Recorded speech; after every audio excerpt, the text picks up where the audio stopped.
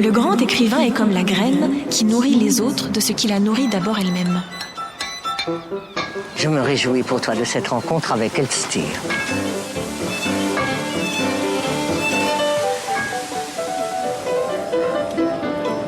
Un été avec Proust. Une émission de Laura Elmaki. Bienvenue dans ce nouveau numéro d'Envie de lecture. Bonjour Nathalie Wolf. Bonjour Patrice. Écoutez, c'était le générique d'une émission de notre invitée Laura Elmaki. L'été, c'était un été avec, elle avait un été avec Proust, il y a eu un été avec Victor Hugo également. Hein. C'est-à-dire que on va parler d'elle, mais c'est vrai qu'elle est écrivain et qu'elle adore aussi des autres écrivains. Tout à fait. Bonjour Laura Elmaki, merci beaucoup d'être avec nous aujourd'hui. Bonjour, merci. Merci de me recevoir.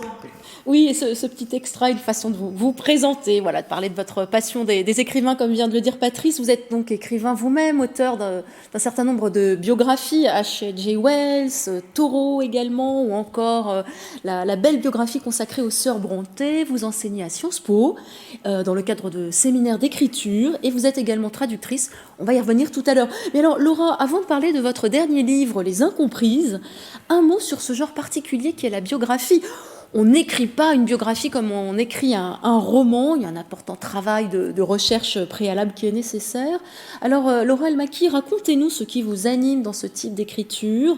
Est-ce qu'il y a des écueils à éviter? Est-ce qu'il y a des règles à respecter? Eh bien, quand on raconte la vie d'un homme ou d'une femme remarquable. Il n'y a aucune règle à respecter parce qu'en littérature, il n'y a pas de règles et heureusement.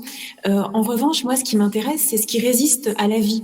C'est ce qui dépasse peut-être la simple chronologie, les événements, les actions, les paroles qu'on sait, qu'on connaît de certains personnages. Moi, ce qui m'intéresse, ce sont les zones d'ombre, ce qui n'a pas été dit et ce qui a pourtant été vécu. Et là, l'écriture intervient et le personnage peut entrer en littérature. Je pense que c'est ce qui distingue un biographe d'un historien, c'est que le biographe peut aller du côté de la fiction sans pour autant être dans le roman complet, mais en tout cas, il se détache du factuel.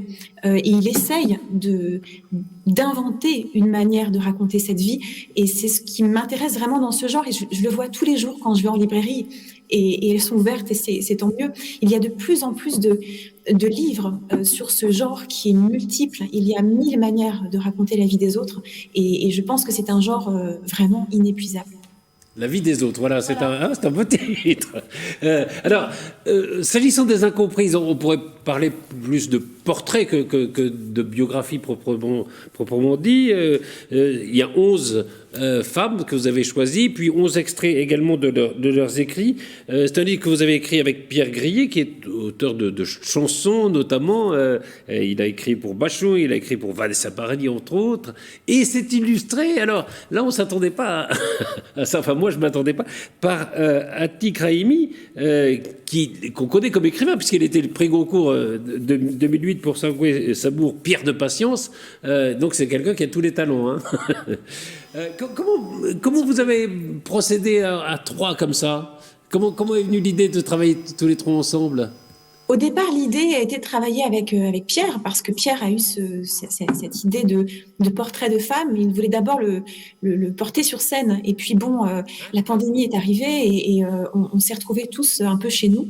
Donc on s'est dit qu'on allait écrire un livre. Et Atik, que je connais, que nous connaissons avec Pierre, était lui aussi un peu désœuvré avec cette situation l'année dernière qui nous a un peu immobilisés.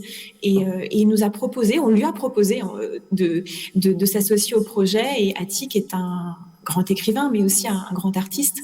Il s'est usé du calame et il a fait ces magnifiques esquisses. Je parle d'esquisses parce que j'aime beaucoup comment il a interprété le titre et cette manière qu'il a eue de garder du vide dans ses visages.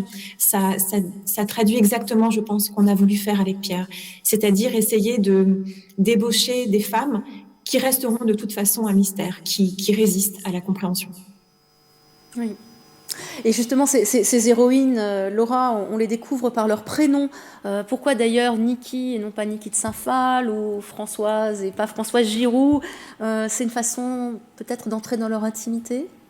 Oui, tout à fait. Alors, leur intimité, je ne sais pas, en tout cas, leur intériorité. J'ai essayé, moi, dans les portraits, de me positionner aussi, si on parle technique un peu en termes de point de vue, pas que en omniscience, mais aussi de m'interroger, de me demander ce qu'elles avaient dans leur tête.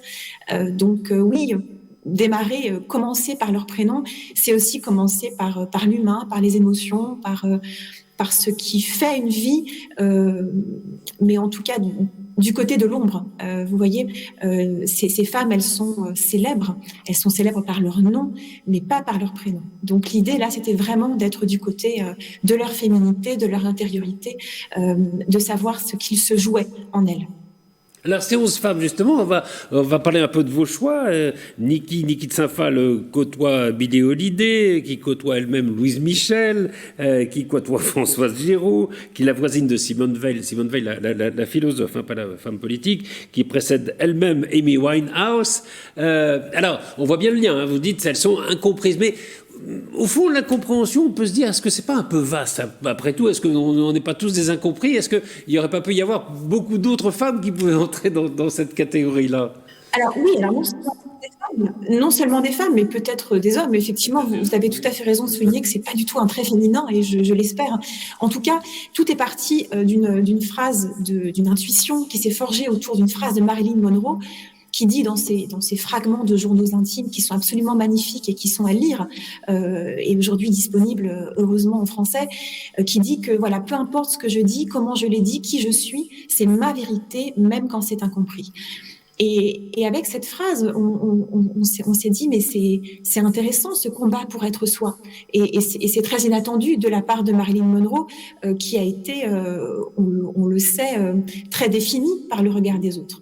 Et Marilyn nous a fait penser tout d'un coup à Amy Winehouse, qui elle aussi était une sorte d'icône il y a quelques années, complètement poursuivie par ce regard d'autrui qui l'a littéralement détruit. Amy Winehouse nous a fait penser à Sabina Spielrein, et puis on est allé du côté de Sylvia Plath, qui nous a amené vers Emily Dickinson. Au fond, on a fonctionné un peu par rebond, sans savoir vraiment où on allait, mais en suivant cette intuition qu'il y avait une sorte de famille d'incomprises, des femmes indépendantes, insatisfaites, profondément intranquilles, mais libres, et qui ont essayé de se définir à part des autres.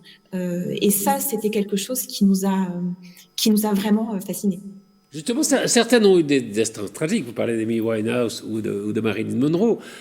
D'autres, peut-être cette incompréhension, elles l'ont un peu plus cachée. Je pense qu'à Françoise Giroud, on pourrait se dire, vue de l'extérieur comme ça, elle a eu quand même une grande réussite dans sa vie. Alors oui, c'est intéressant que vous preniez Françoise Giroud comme exemple, parce que c'est quelqu'un qui a été politiquement extrêmement, enfin je veux dire sur le devant de la scène, qui a laissé son nom sur plusieurs lois. Et en même temps, aujourd'hui, elle reste dans l'esprit de certaines femmes comme une femme, voilà, dont on ne comprend pas certains choix. Françoise Giroud, là, elle n'a jamais hésité à dire que le premier enfant qu'elle a eu, elle n'était pas heureuse d'avoir cet enfant. Elle a été, on le sait, à la fois quelqu'un qui promeut les femmes au sein du milieu professionnel, et en même temps qui leur en veut quand elles veulent, par exemple, fonder une famille, récupérer leur liberté. Donc Françoise Giroud est une femme extrêmement complexe, parce qu'elle avait, elle, ses désirs, ses rêves, qu'elle a voulu peut-être imposer aux autres un peu trop fort. Donc Françoise Giroud, à la fois, oui, c'est une grande réussite, mais toutes, d'ailleurs, elles se sont toutes réalisées, alors effectivement publiquement ou pas, mais elles sont toutes devenues à leur manière elles-mêmes. Mais reste aujourd'hui une part d'elles qu'on ne peut pas saisir. Derrière cette incompréhension, il y a la société, et notamment une société longtemps dirigée par les hommes. Vous consacrez d'ailleurs un chapitre à Adèle Hugo, que son père Victor Hugo a fait enfermer. Ce qui est peut-être aussi la preuve que cet immense auteur des Misérables a aussi sa part d'ombre. Oui, alors Adèle Hugo, c'est une femme chère à mon cœur. Elle m'émeut depuis plusieurs années. Elle me bouleverse littéralement. Son silence, la voix qu'elle n'a pas fait entendre pendant plusieurs années. Et pourtant, ces milliers de pages écrites, ce journal intime foisonnant, arborescent, où elle dit tout son désir de vivre et d'exister et d'aimer, je la trouve absolument formidable de beauté, cette femme. Et puis, elle a eu beaucoup de courage. À cette époque-là, elle était quand même en exil avec son père et toute sa famille sur l'île de Jersey puis de Guernsey. Et elle a fait croire, à un moment donné où elle implosait, je pense, intérieurement, où elle voulait vivre, elle a fait croire qu'elle partait à Paris rejoindre sa mère. Et en fait, elle a pris le bateau, traversé l'Atlantique et elle est partie en Amérique. Ce qui est complètement inconcevable pour une femme à la fois de sa condition sociale, mais aussi à une époque où il fallait être accompagnée pour voyager, quand on était une femme au XIXe siècle. Donc, Adèle Hugo, avoir réussi à échapper à son père, c'est au fond une vraie réussite. C'est peut-être sa réussite à elle d'avoir réussi à échapper à la compréhension de son père, lui, qui par ailleurs comprenait si bien les autres.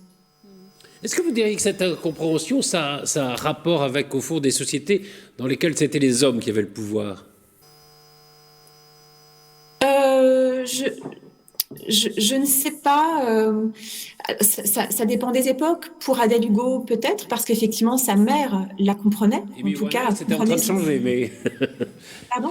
Amy Winehouse, la société était en train de changer déjà, mais enfin bon...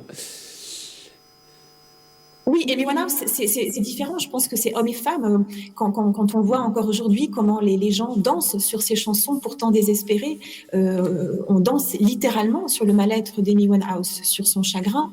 Donc je pense, oui, que c'est pas du tout lié à la virilité ou à la masculinité. C'est quelque chose. Il y a ce désir, mais encore aujourd'hui, de vouloir tout savoir des autres, de vouloir absolument percer leur mystère, trop les comprendre. Et au fond, ces femmes, elles ont formé le désir peut-être de disparaître et de garder leur secret. C'est très clair avec Emily Dickinson qui choisit la réclusion volontaire sans donner d'explication. Elle s'enferme dans sa chambre pendant des années, mais c'est très clair aussi pour quelqu'un comme effectivement Sylvia Plath qui décide de se suicider un soir après avoir couché ses enfants. Il y a cette idée aussi de ne pas vouloir tout donner aux autres et se donner aux autres. Et je pense que moi, c'est quelque chose qui m'a fait beaucoup réfléchir parce qu'aujourd'hui, il est très difficile de garder un peu de soi, de se préserver des autres et du monde où tout est si facilement étalable. Oui, notamment à l'heure d'Instagram et des réseaux où chacun déverse. Merci beaucoup, Laura Maki. Donc ça s'appelle Les Incomprises chez Michel Lafon, pardon. Juste un mot rapide, parce qu'il y a ce livre aussi. Signaler, voilà, la sortie, il y a quelques jours d'intervalle, des Incomprises, de ce magnifique recueil que vous avez présenté dans une édition parue chez Gallimard, traduit également plusieurs de nouvelles. Donc Wells qu'on connaît surtout en tant qu'auteur spécialiste de l'anticipation, l'île du docteur Moreau. Voilà. Et là, il y a de l'amour, de la passion. Donc Wells, de l'amour, nouvelles et contes. Merci beaucoup. Merci beaucoup, Laura.